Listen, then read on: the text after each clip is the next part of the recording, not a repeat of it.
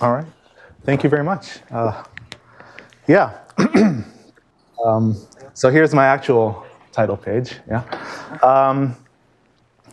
So maybe before I get started, I can mention that I'm a relative newcomer to this field. I got interested.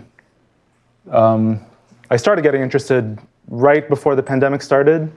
And I think kind of being isolated at home helped get me sucked into this, this field. And I'm happy that it happened, don't get me wrong. So I hope to give a slightly different perspective than what Johan usually gives. Although it's going to be pretty similar if you've seen talks by Johan on the liquid transfer experiment in the past.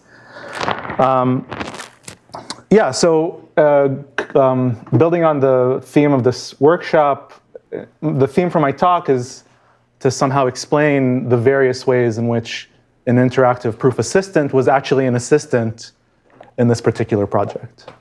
So there are various ways in which I found it to be an assistant, and I'd like to discuss those. Okay. So the story started in December 2022 when... That's 2 months ago. Oh my gosh. See, I was told I was supposed to give this talk a day and a half ago. So there's probably going to be a lot more errors. Yeah, so 2020, right? December 2020 is when the story started. And it started with the following challenge by Peter Schultza. He wanted to verify the main theorem of liquid vector spaces using a computer. So to start off, I think what I'd like to do is give a motivation for why you would want a verification of this result. To do that, I'll start with some mathematical motivation and then maybe some social motivation as well. Yeah, so.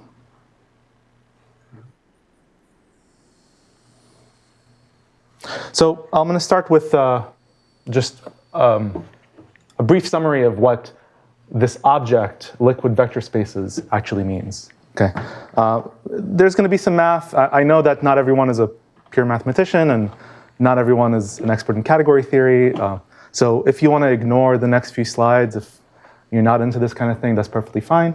But I hope to give some sort of feel for what these objects look like. So this is the theorem that Schultza wanted us to verify. And you see that there are certain standard things that show up here. There are some real numbers, but maybe that's the last standard.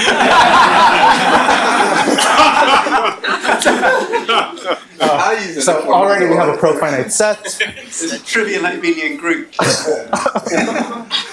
There's a trivial abelian group. Okay. Yeah, so this is the statement. It involves some complicated objects, some less complicated objects like profinite sets and p-Banach spaces, spaces of measures on profinite sets. And then there's this mysterious X group, which is an X group computed in a category of condensed abelian groups, which is this new theory that's being developed by Schultza and Clausen to essentially replace topological spaces with a better theory, with a theory that's better suited for doing algebra. Okay. The challenge is to verify that these X groups all vanish. There are important reasons for why we want this to happen, and let me try to explain why that's the case. So let's start with some brief overview of condensed mathematics. The basic objects considered in this theory are condensed sets, which, before going into some sheaves, you can think about a condensed set as some gadget which you can test by mapping compact Hausdorff spaces into it. Of course, any topological space, I can take a topological space and look at how all compact Hausdorff spaces map into it, and that will give me a way to associate a condensed set to any topological space. So there's a functor from the category of topological spaces to the category of condensed sets, and that functor is essentially given by the Onetta lemma. If you restrict this to one of the nice categories that shows up in classical algebraic topology, namely the category of compactly generated topological spaces, it turns out that this is a fully faithful embedding on that subcategory. And I mentioned here, as I said earlier, that the category of condensed sets is supposed to be a replacement for the category of topological spaces. Okay. Now, you'll see pretty quickly that there's an issue because condensed sets are defined as sheaves on the category of compact Hausdorff spaces, or it turns out that it's the same as sheaves on the category of profinite spaces, and the same as sheaves on extremely disconnected spaces. So you may be upset if you want the category of condensed sets to replace topological spaces, you shouldn't really use topological spaces in their definition. Here I've used certain kinds of topological spaces in the definition. It turns out that's not an issue. Let's see, yeah. So there's some purely categorical process by which you can start with the category of all sets, and somehow out of using some magic, you can produce the category of compact Hausdorff spaces, and produce the category of profinite spaces, and produce the category of extremely disconnected spaces without ever talking about topological spaces. For example, let's see, do I have, I don't know if, no. So let me just focus on these two, how to produce compact Hausdorff spaces and how to produce profinite sets out of the category of sets. So first, if you take the category of sets, you want to specify what it means to be finite. There are various ways to do this. The categorical way to specify the subcategory of finite sets is to say that these are the objects which are compact in the categorical sense. So Hom of X blank should commute with certain kinds of colimits, filtered colimits. That is equivalent to saying that X is finite. So there's a purely categorical way of describing finite sets as a subcategory of sets. Okay. And once you have finite sets, you're in business, because it turns out that the category of profinite sets, as the name suggests, is the pro-category of finite sets. Okay, so pro.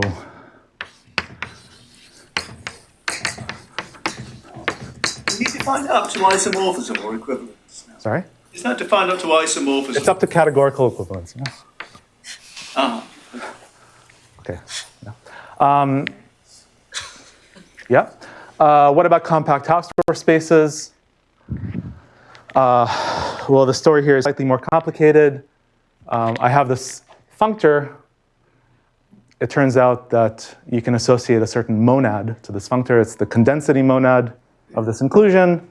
That codensity monad turns out to be isomorphic to what people that are familiar with topology in interactive theorem provers will understand as the ultrafilter monad. Once you have the ultrafilter monad, algebras for the ultrafilter monad turn out to be equivalent to the category of compact Hausdorff spaces. Okay?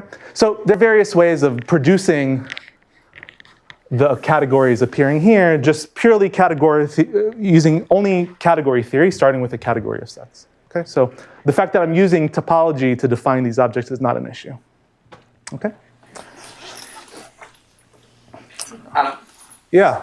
My question is just in the spirit of trying to share our languages, because I don't really have a feeling for, as a pure mathematician, I'm very used to this idea that, we should try to define everything in terms of one thing, and it's desirable to sort of be able to say what a finite set is just from the category of sets. Is that the way it looks in a theorem prover too?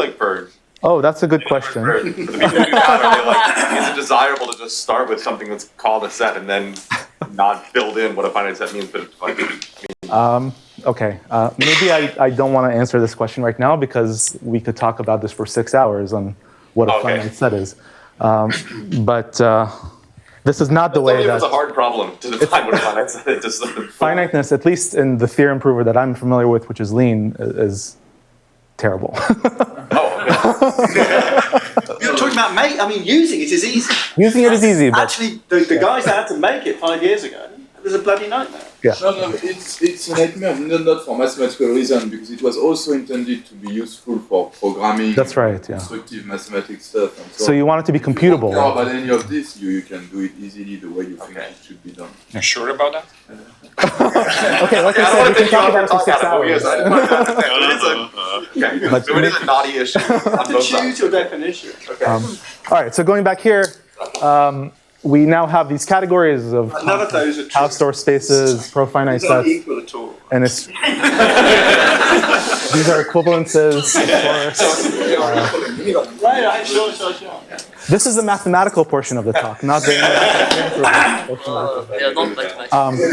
Okay, these categories, again, to define sheaves on these categories, you need to introduce a growth-unique topology, but the growth-unique topology involved here is, again, something that you can define purely category theoretically.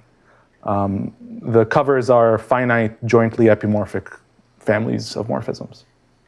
Okay. And then finally, there's, again, a categorical process by which you can construct the category of compact Hausdorff spaces up to equivalence from the category of condensed sets.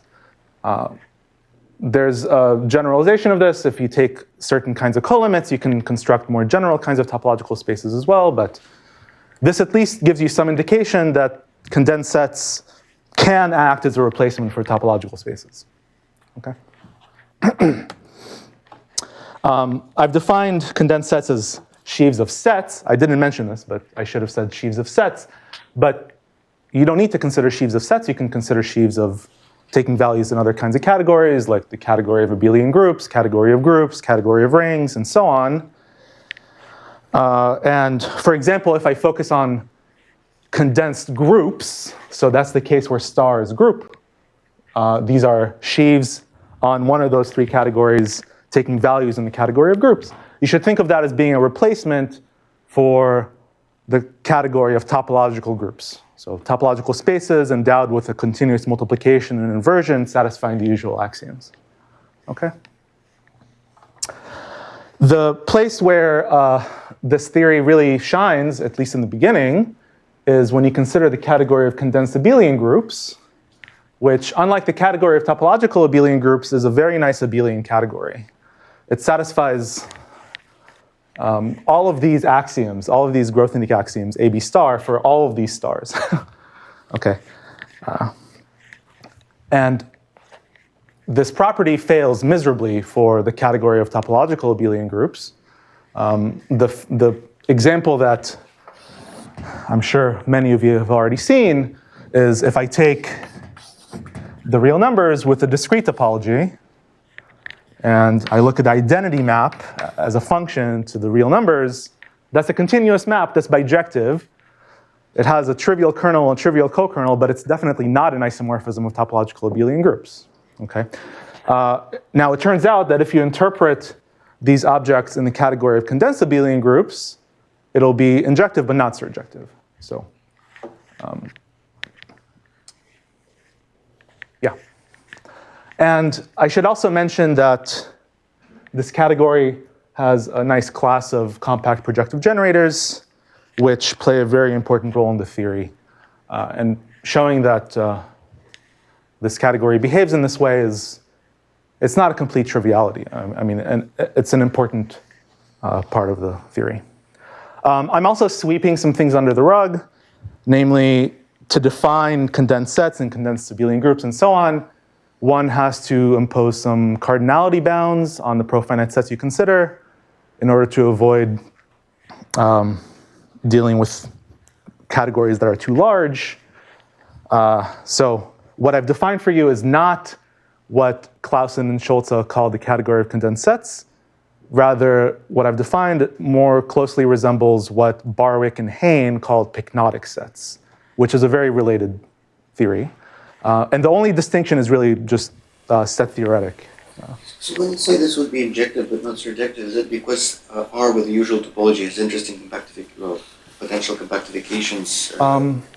Like you can embed Not quite. So essentially, it comes down to the fact that not every continuous map is locally constant, right?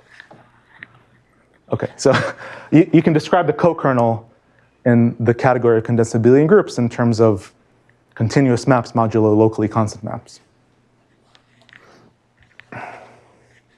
Right. Okay. Okay. The main object, or the main definition that motivates the theorem that Schultza wanted to be verified is the concept of an analytic ring. Roughly speaking, an analytic ring is a condensed ring, which, again, you should think of as being an analog of a topological ring, a ring endowed with a topology compatible with operations, together with some notion of completeness for modules over that ring. Okay? The reason that analytic rings are important is because, just like in algebraic geometry, where you start with commutative rings and you build up schemes, you can do a similar process, start with analytic rings in this sense, and build up what are called analytic spaces. Okay? So just like a scheme, an analytic space is something that locally, in some sense, looks like the spectrum of an analytic ring.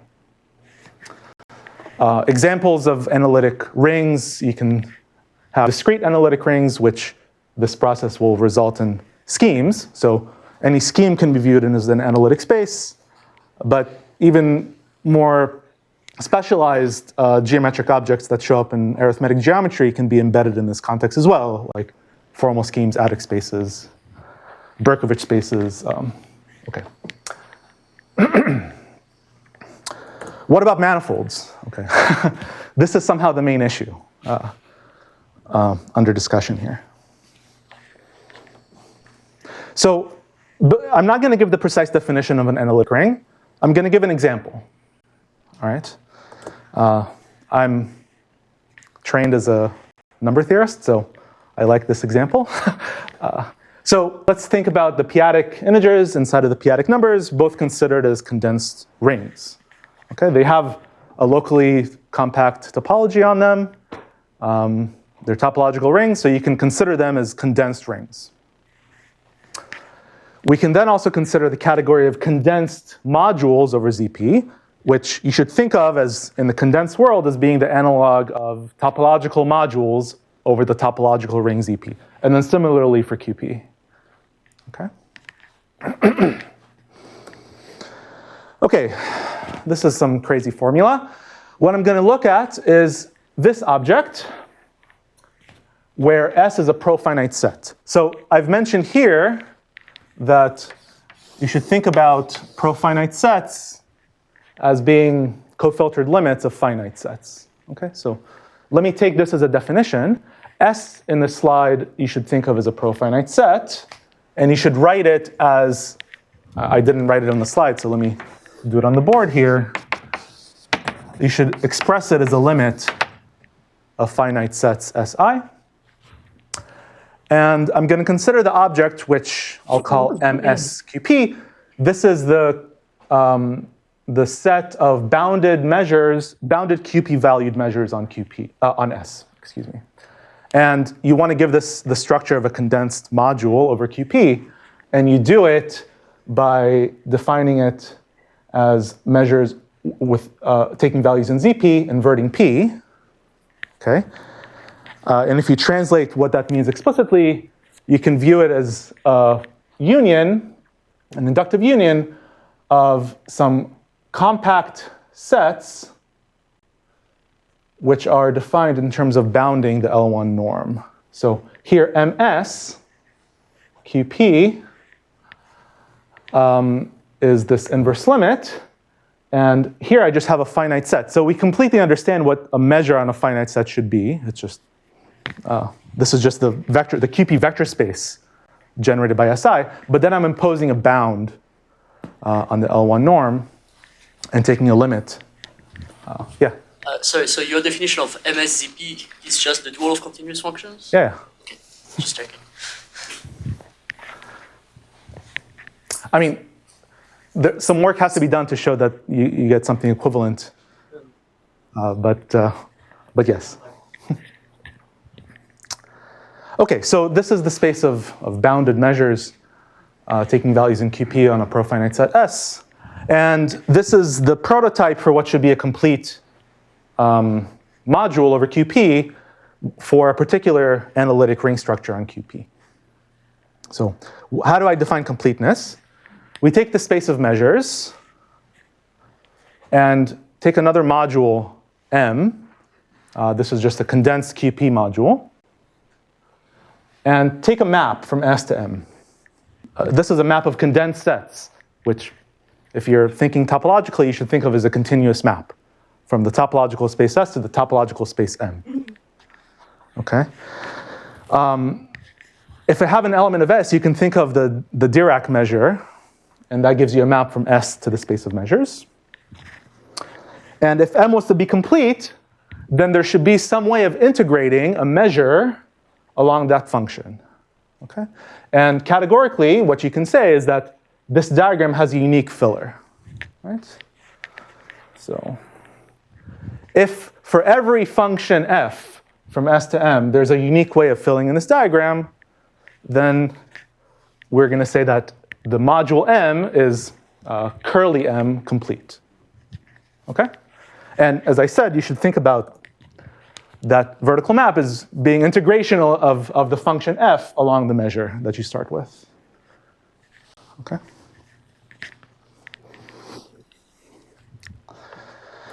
Okay. So what I've done now is I've taken QP and I've constructed this functor that takes a profinite set and gives you this object of measures. Out of that, I was able to construct a notion of completeness for modules over QP.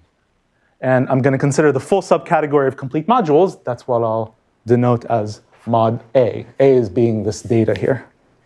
Okay? Now, I mentioned that this is an example of an analytic ring, and indeed it is. It satisfies some axioms which I'm not going to list. But these axioms imply that this is an abelian subcategory. It's closed under limits, colimits, and extensions, and also internal HOMs and even internal derived HOMs.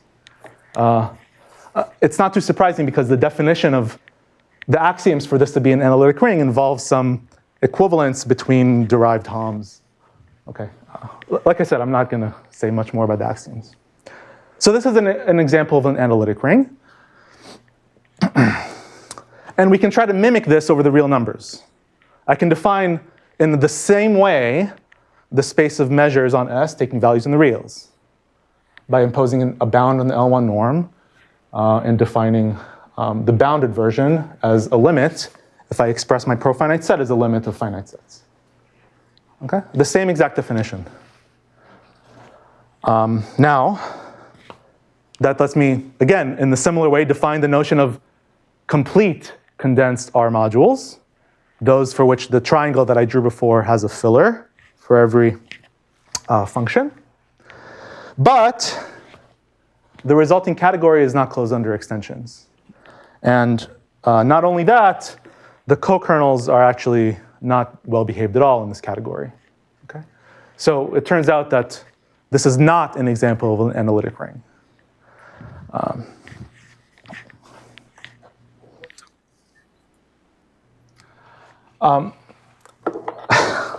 So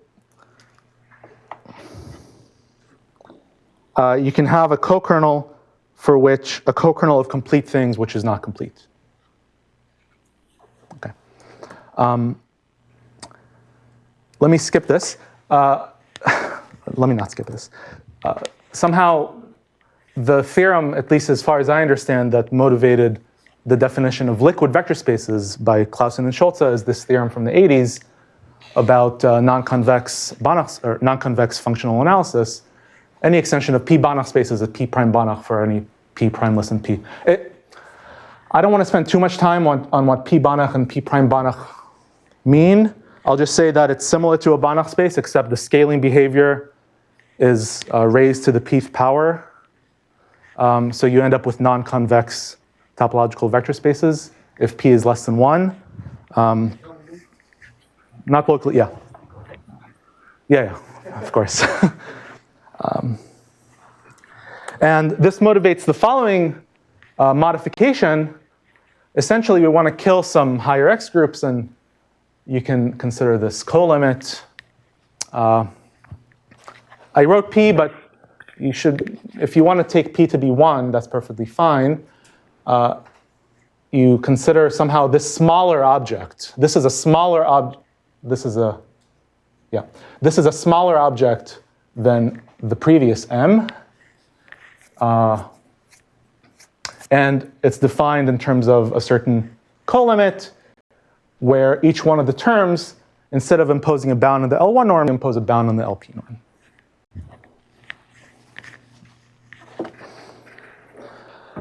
And finally, we have all the ingredients we need to talk about in this theorem. We have the category of condensed abelian groups. That's an abelian category. It can compute X groups because it has enough projectives. It has compact projective generators. I have this space of measures for any p prime less than p, and a p-Banach space, and we want these X groups to vanish.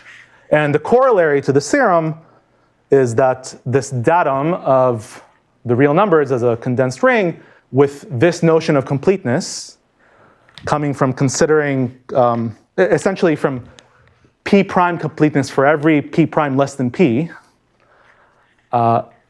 defines an analytic ring. And this lets you consider manifolds in the same context as other analytic spaces. Okay.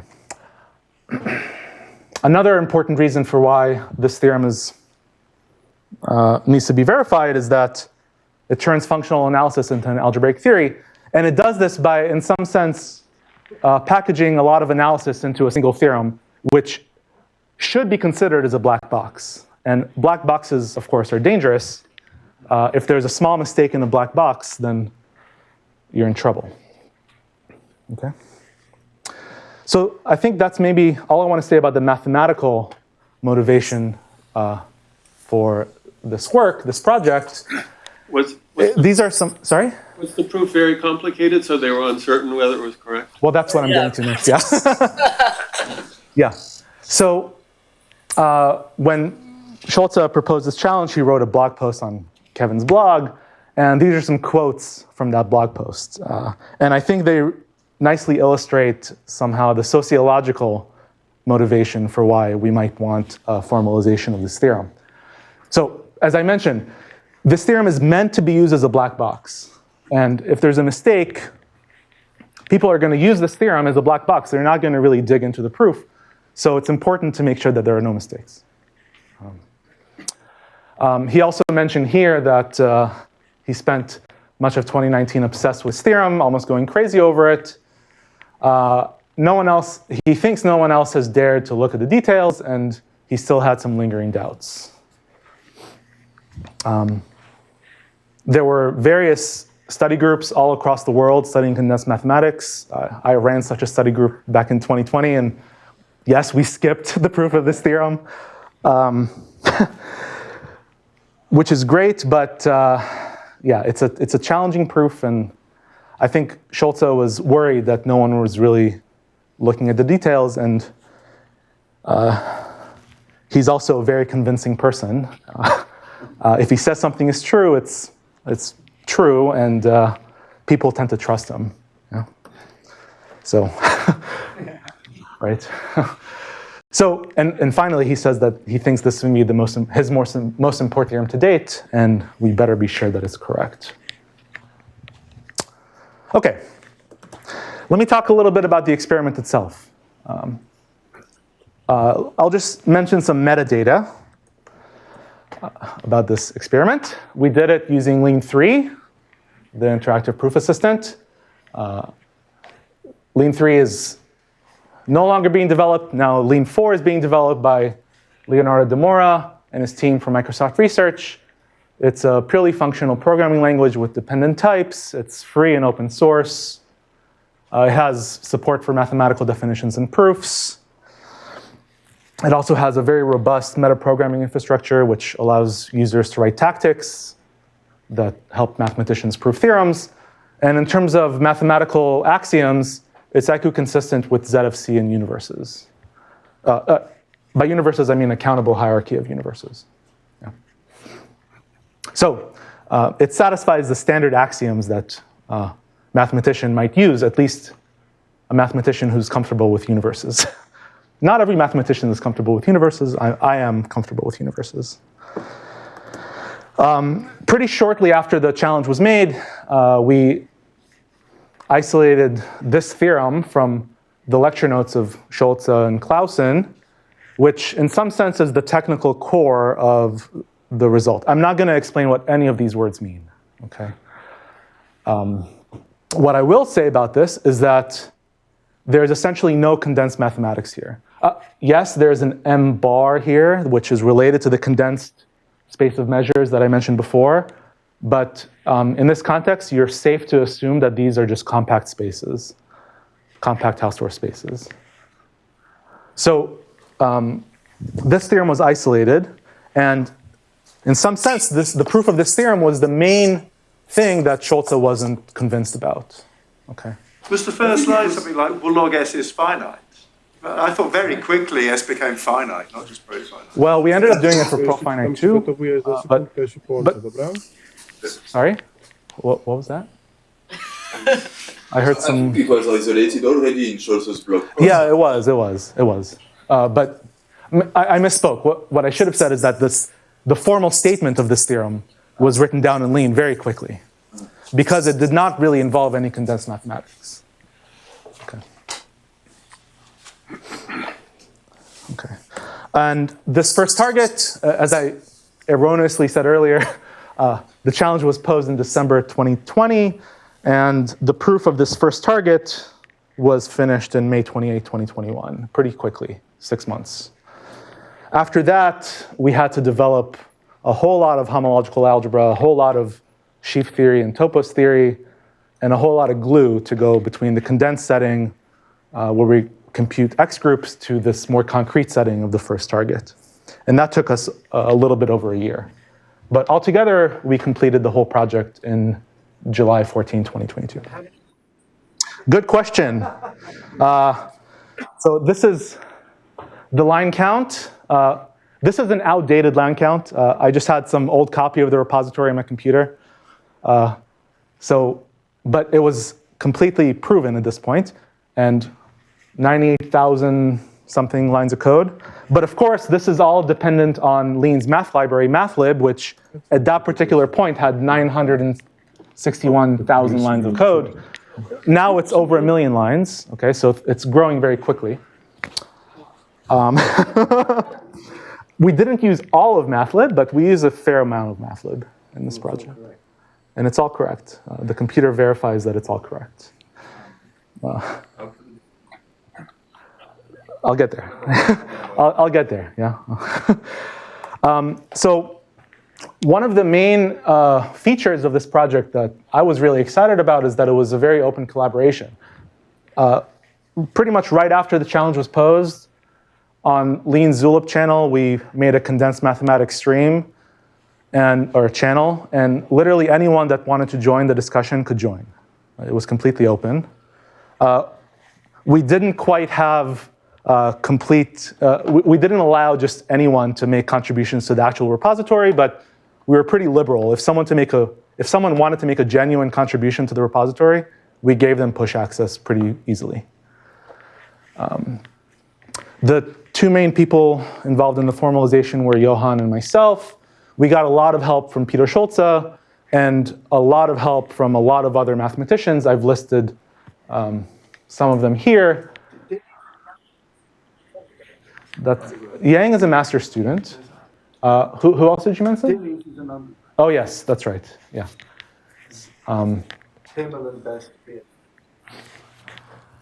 Yeah. So there's a good group, a good subset of this list in the audience today. So if you're interested in to hear more about this project, there are a lot of people to talk to this week.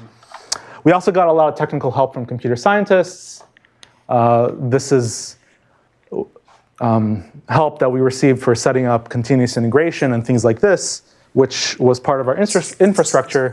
All the code went into GitHub. We had continuous. I think you have a weird definition of computer scientist. Look. You're right. Just a compliment of mathematician. Something like this. The top ones have got undergraduate degrees in math departments, and the bottom ones in computer science departments. Okay. Yeah, so as I mentioned, it heavily depends on mathlib. This project would have been a non-starter if it wasn't for mathlib. Let me mention some outcomes of this project. Okay. Some obvious outcomes. We verified the theorem. Okay. Some statements and definitions in Schultza's notes ended up being modified. One of the main things that Schultza mentioned in the second blog post he wrote after we completed the first target is that what really convinced him that everything was correct was the discussions that he had on the Zulip channel as we were formalizing the mathematics. So it was really a human project. It was not a robot project. We found some errors that were all fixed. And in some sense, these three you can think of as points that would show up in a thorough refereeing of the work. And then finally, we answered some question from the notes about growth of some constants. These constants are the constants that appear in this theorem here. There's also some new mathematics that was developed. One of the main technical inputs to the proof of the theorem is the so-called Breen-Deligne resolution, which its existence is a difficult theorem that involves stable homotopy theory of spheres. And when we first started the project, we intended to somehow put that homotopy theoretic input as an axiom and not even try to prove it. Somehow it's standard enough that it could have been made an axiom.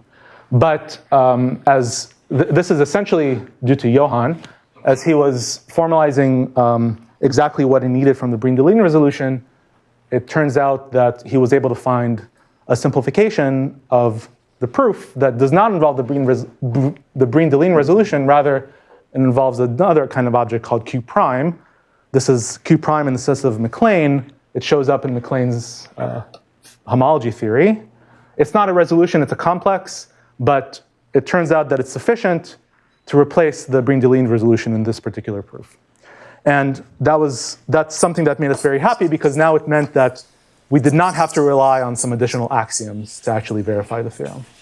So you said it was a standard, but there is no actual reference for this Breen-Deligne stuff, right? There is no published paper or anything?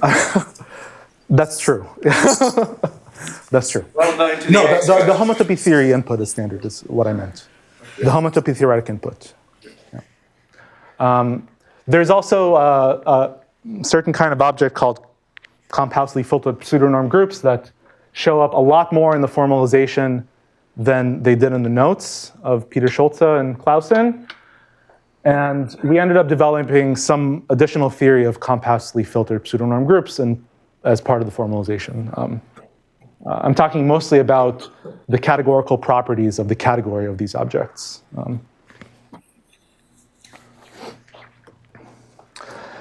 Another huge outcome of this project is that we filled in a lot of gaps in the mathematics library of Lin. We had to develop a lot of homological algebra, a lot of sheaf theory, various results in topology, various results in category theory, and various results that I forget. Okay.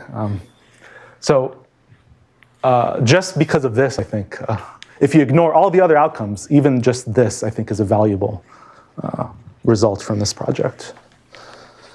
I have a question. Yeah. I've never used Lena, so okay, but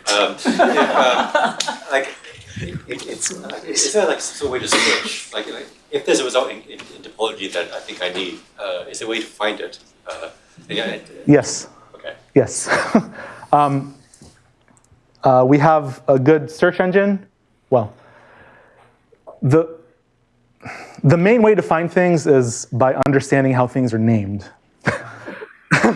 It's unfortunate. There's a lot of room for improvement in this area. Right now, we rely on a naming convention that if you want to look for a specific result, you go to the web page, you know approximately what the name should be, and you start writing it down in the search engine, and it gives you a list of what results are actually there, and you hope that the lemma that you want is there.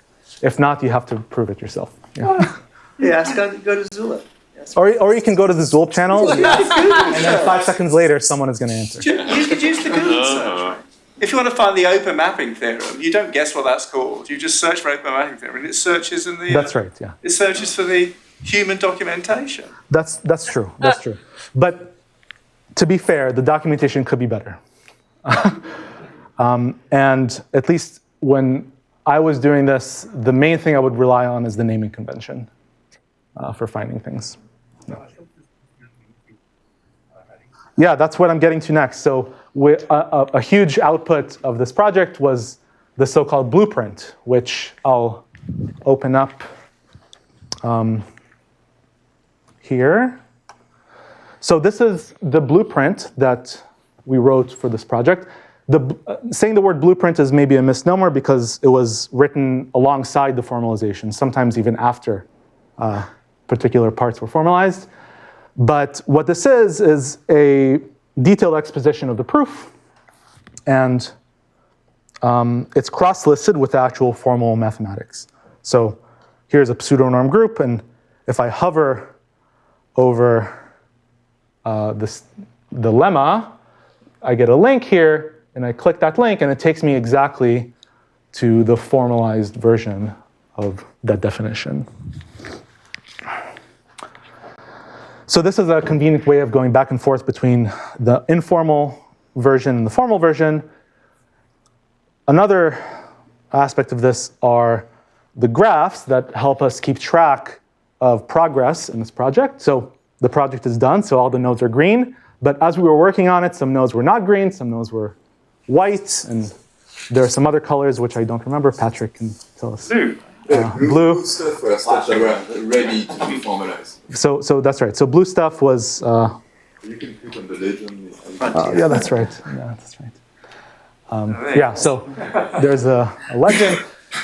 So as you're working on this, maybe a statement of a theorem is formalized, but the proof is not. It's labeled with a sorry, which is a hole that should be filled in later. And in that case, it would be a blue node. Okay. So this software, this blueprint software, was written by Patrick Massot here. And it's not specialized to this particular project. So if you want to use it in your own formalization project, I'm sure everyone will be happy. And then finally, another output of the project was that Schultza himself was able to better understand his own proof. There's a mysterious step in the proof where you pass from the reals to a discrete version of the object involved, essentially Laurent series over the integers. And at least as far as I understand, it was kind of mysterious to Schultza why this step was necessary. And as a result, this happened after the first target was formalized. As a result of this formalization and the discussions that he had on Zulip with the people involved in the formalization, he realized that the reason, or maybe possibly the reason why this step was necessary is because it lets you pass from a non-convex situation to something that's locally convex but discrete, at least as far as I understand them. He has a math overflow question that I think you answered, but I don't remember exactly the details there.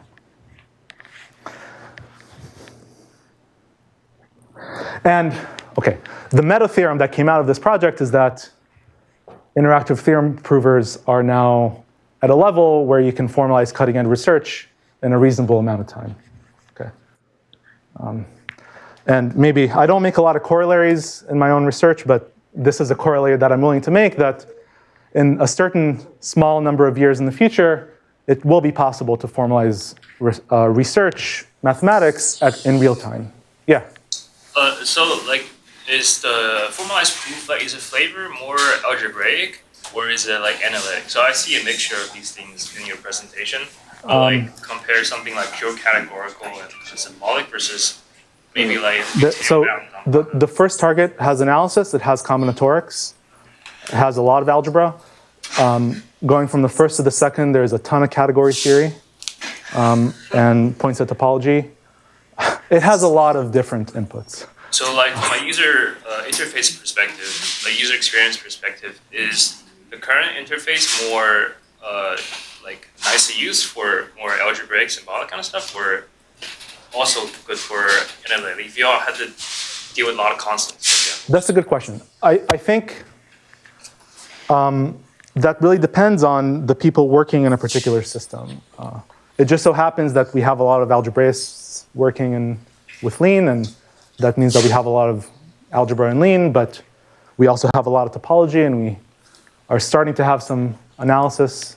I think it really depends on the people more so than the system itself. Okay, let me, sorry, yeah? We can still say that currently big computations are a bit painful. Yes. But it will improve. And it's clear that abstract mathematics is easier to formalize than concrete Yes. stuff. Like, because it's the nature of abstract like stuff. if like I don't know if you have any answer off the top of your head, but like if we were to like formalize Terry Tao's proof of the almost coalesced conjecture, for example, it has like a lot of bounds in them, a lot of like probability estimates. Like, would that be an easy thing to do, or is it just like kind of get the from scratch a lot? I better not comment on that. Okay. Yeah, but I'm happy to discuss afterwards. Sure. Okay. I'm just curious. Yeah. So I'm running short of time. I think I'm supposed to stop. Is the conjecture really about any cutting edge research? Yeah, what about more varieties? Okay, this is why I don't make conjectures. No, there are lots of very nice. So maybe different. Maybe for Shimura varieties, n will be larger. What about MIP? No. What about MIP star equals RE? Because I've actually had people ask me about this. Yeah, they want to formalize Turing machines. Apparently, that's not so easy. That's hard. But it's possible. No, I think it's much easier than Shimura varieties to formalize. Well, I could believe that. But I think they would be very interested. So I made this conjecture purposefully vague. You get to choose what n is. Okay. It's not constructive. It's not a constructive. It's, Choose any. yeah, this is using proof of relevance. Okay. So yeah, Jordan. Yeah. So, well, is there stuff you want to say that I'm keeping you from saying about? Yes, but that's okay. Yeah. I think first of all, I mean, again, because there's a variety of backgrounds in there, I want to make it clear to the people who are not sort of deep into pure mathematics that like this material you're talking about is like forbiddingly technical, even for like 99.9% of pure mathematicians, including me. And so one question I have is, obviously this sort of certifies and ratifies Schultza's belief that this proof is correct, which is great. But is the end result going to be that because often, right, we find ourselves needing something that's outside our technical expertise, right? So the question is, are we at a place, or are we going to be a place where if I find I need to compute an X group between two condensed abelian groups, which at the moment I have not, but I believe in Peter too, so I believe that it has applications outside. Like, because of Lean, will I be able to do that? Personally, I think this is one of the most powerful things that an interactive proof of system can give you. If you want to take some input from a subject that you're not completely an expert in, you can open up that part of the library, and Lean will tell you whether or not you're using that theory correctly. I think that's really one of the main advantages of interactive proof of systems. Okay, I have a whole section here that I'm going to skip. Let me go to the last section because there was a question about definitions. Okay, so it's a big issue whether the definitions are correct, right? I stated the theorem that we wanted to prove. This is the formal statement of that same theorem, okay? Remember, we had some real numbers, which were non-negative, and p prime was less than p, and p was less than 1, and we computed some x groups to be isomorphic to 0, okay? Of course, we could have cheated and defined x to be defined to be 0. We didn't do that, but maybe more innocently, we could have made some very subtle mistake in the definition that somehow implies that xi is 0 for completely uninteresting reasons. So the issue of whether or not the definitions are correct is really an important issue to consider. So here's yeah. Exactly. So, here's a little snippet from the Zulip channel, and Kevin is saying that we should try to convince Peter whether our definition of x is correct.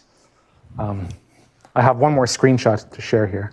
So we ended up checking that x. we ended up checking that x1 z mod 2 z mod 2 is isomorphic to z mod 2. So this is like the first computation that anyone does for X groups, and that was at least convincing enough for Kevin.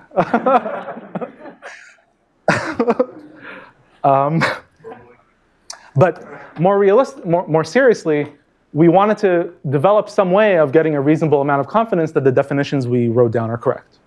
Okay, and we wanted to do this without requiring people reading our library to chase the definitions all the way down to the axioms of lean.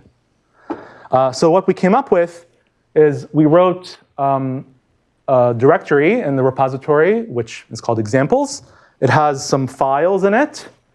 Each file is short, well documented. It's meant to be read by non-experts. Okay. We also wrote a blog post to accompany the files in this directory. I wrote the blog post explaining how to read each of these files, even to a person that has never looked at lean before. And of course, if there are any skeptics remaining after this examples folder is read, you can still unfold the definitions all the way down to the axioms. That's another important aspect of interactive theorem provers. All the details are there if you want them. Maybe it's not convenient to get them, but they're there. Yes? Is it sort of customary to define unit tests or something like this for definitions? So let me give an example of such an example file. So this is the repository. Here's the examples folder. And let me just look at this real numbers file. Okay? So all we do here is we explain that that's the entirety of the file. Okay? All we say is that the real number, is this big enough? Yeah? No? All we say is that the real numbers are a conditionally complete linear order field. The blog post explains what conditionally complete means. You can maybe ignore this. That's just the definition of the non-negative real numbers. And even better, this file shows that if you have any other conditionally complete linear order field, it's uniquely isomorphic to the reals. So this is a property that defines the reals uniquely up to ordered isomorphism. Okay? So if you believe that the reals are conditionally complete linear order field, you don't need unit tests. You have a theorem telling you that they're the correct object. Maybe I'll mention one more example because the X groups came up. Maybe you should say that the definition of complete linear order field is easier to read than our construction of real numbers. Yes, yes, that's right. So you probably don't want to look at the actual definition of the real numbers, but this is just generally true. Sorry? That's true for that's all true. That's true in general. Yeah. One should never think about real numbers.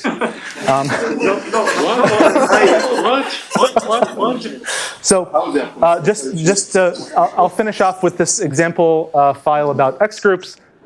There was the issue of whether or not the X groups are 0. I mentioned that we computed X1, Z mod 2, Z mod 2. What we actually did more generally is we showed that these objects that we constructed form a universal delta functor. And if you know a little bit of homological algebra, that's convincing enough to understand that these X groups behave as you would expect an X group to behave. And then the calculation of X1 that I mentioned earlier is right here. We say that it's a bit complicated, but as I said, the blog post explains all the notation. We show that X1 Z mod n is isomorphic to Z mod n. Okay, I know I'm running well over time. Let me just mention a summary here of some ways that I found the interactive proof assistant to be helpful, to be an actual assistant in this project. It helped verify this theorem, which now can be safely used as a black box. It helped facilitate a large collaborative project among mathematicians with various specialties. This is the section that I skipped, unfortunately. I'm happy to discuss afterwards as well. It helped the author himself, the authors themselves, understand their own proof better. And finally, with these examples, it helps in communicating the results of the project to the mathematical community. All right, thank you.